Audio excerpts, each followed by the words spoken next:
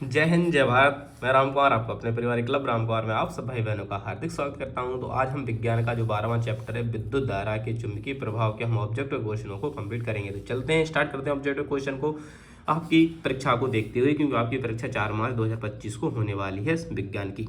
तो जैसे कि पहला क्वेश्चन आपका लिखा कि विद्युत सेल में रूपांतरित होता है, तो आपको ऑप्शन नंबर ए रासायनिक ऊर्जा का विद्युत ऊर्जा में।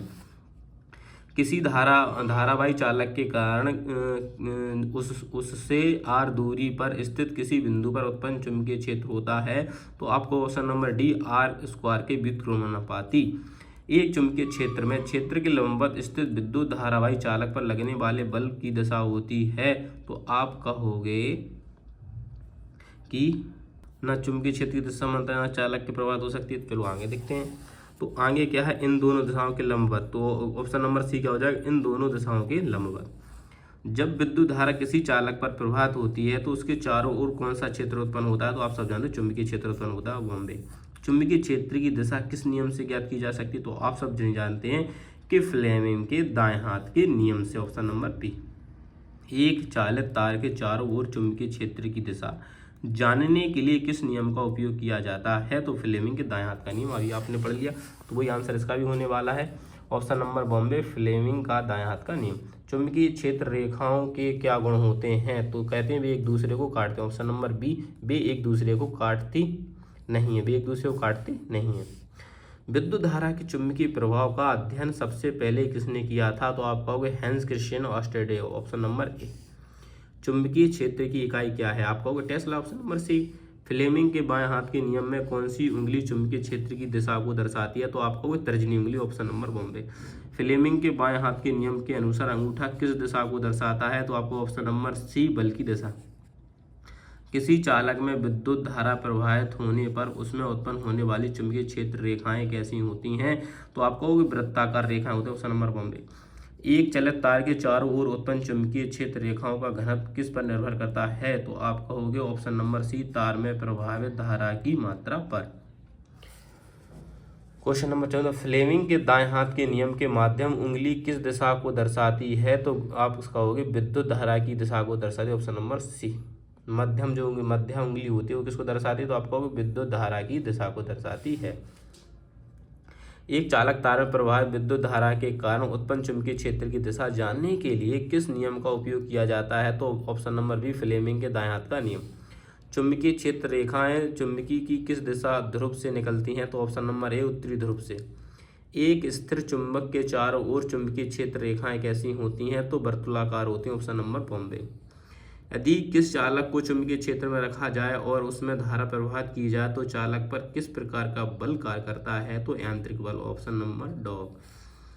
किसी परिपथ में विद्युत धारा अचानक बहुत अधिक हो जाने की घटना कहलाती है लघुपतन। ऑप्शन नंबर सी।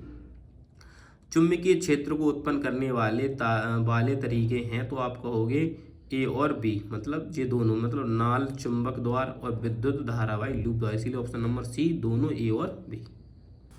फिर बेलन की आकृति में लिपटे तार की अनेक वृत्ताकार फेरों को कहते हैं, तो परिनालिका। ऑप्शन नंबर ए। विद्युत फ्यूज किस सिद्धांत पर कार्य करता है, तो ऑप्शन नंबर बी विद्युत का ऊष्मीय प्रवाह। हमारे देश में धनात्मक तार और ऋणात्मक तार के बीच में विभवांतर होता है, तो 220 वोल्टेज।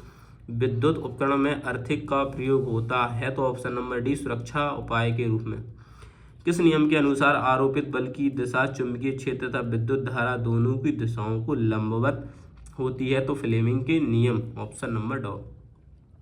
धात्विक तार की प्रतिरोधकता निर्भर करती है, तो ऑप्शन नंबर बी प्रकृति पर। एक विद्युत चुंबक का क्रोड बनाने के लिए सबसे अधिक उपयुक्त पदार्थ है, तो आप कहेंगे बी मुलायम लोहा। धारावाही वृत्ताकार कुंडली में फेरों की संख्या n गुना बढ़ाने पर कुंडली केंद्र पर चुंबकीय क्षेत्र होगा, तो n गुना बढ़ जाएगा, n गुना बढ़ता है। ऑप्शन नंबर ए। फिर यांत्रिक ऊर्जा को विद्युत ऊर्जा बदलने वाला यंत्र क्या कहलाता है, डायनमो। Option number Bombay. चुंबकीय फ्लक्स का मात्रक होता है WB। ऑप्शन नंबर ए।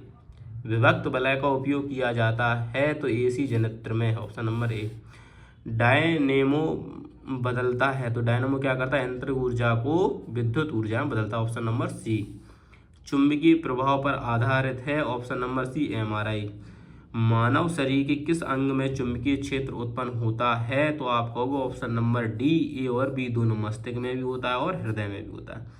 एक गतिमान आवेश उत्पन्न करता है, तो आप कहोगे चुंबकीय व विद्युत क्षेत्र दोनों, ऑप्शन नंबर सी। एक टेस्ला बराबर होता है, तो ऑप्शन नंबर एक ए है, 1 WB बटे मीटर स्क्वायर, वेबर बटे मीटर स्क्वायर। विद्युत धारा का मापन करते हैं, तो आमीटर द्वारा, ऑप्शन नंबर सी। किसी विद्युत धारावाही सीधी लंबवती परिनलिका भीतर चुंबकीय क्षेत्र होता है, तो ऑप्शन नंबर बी, सभी बिंदुओं पर समान होता है। भारत में प्रत्यावर्ती धारा एसी आपूर्ति की आवृत्ति है, तो 50 हर्ट्ज है, ऑप्शन नंबर बॉम्बे।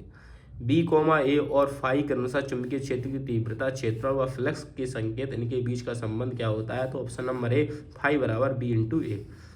चुंबकीय बल रेखाएं होती हैं, एक दूसरे को कभी नहीं काटती हैं, ऑप्शन नंबर सी।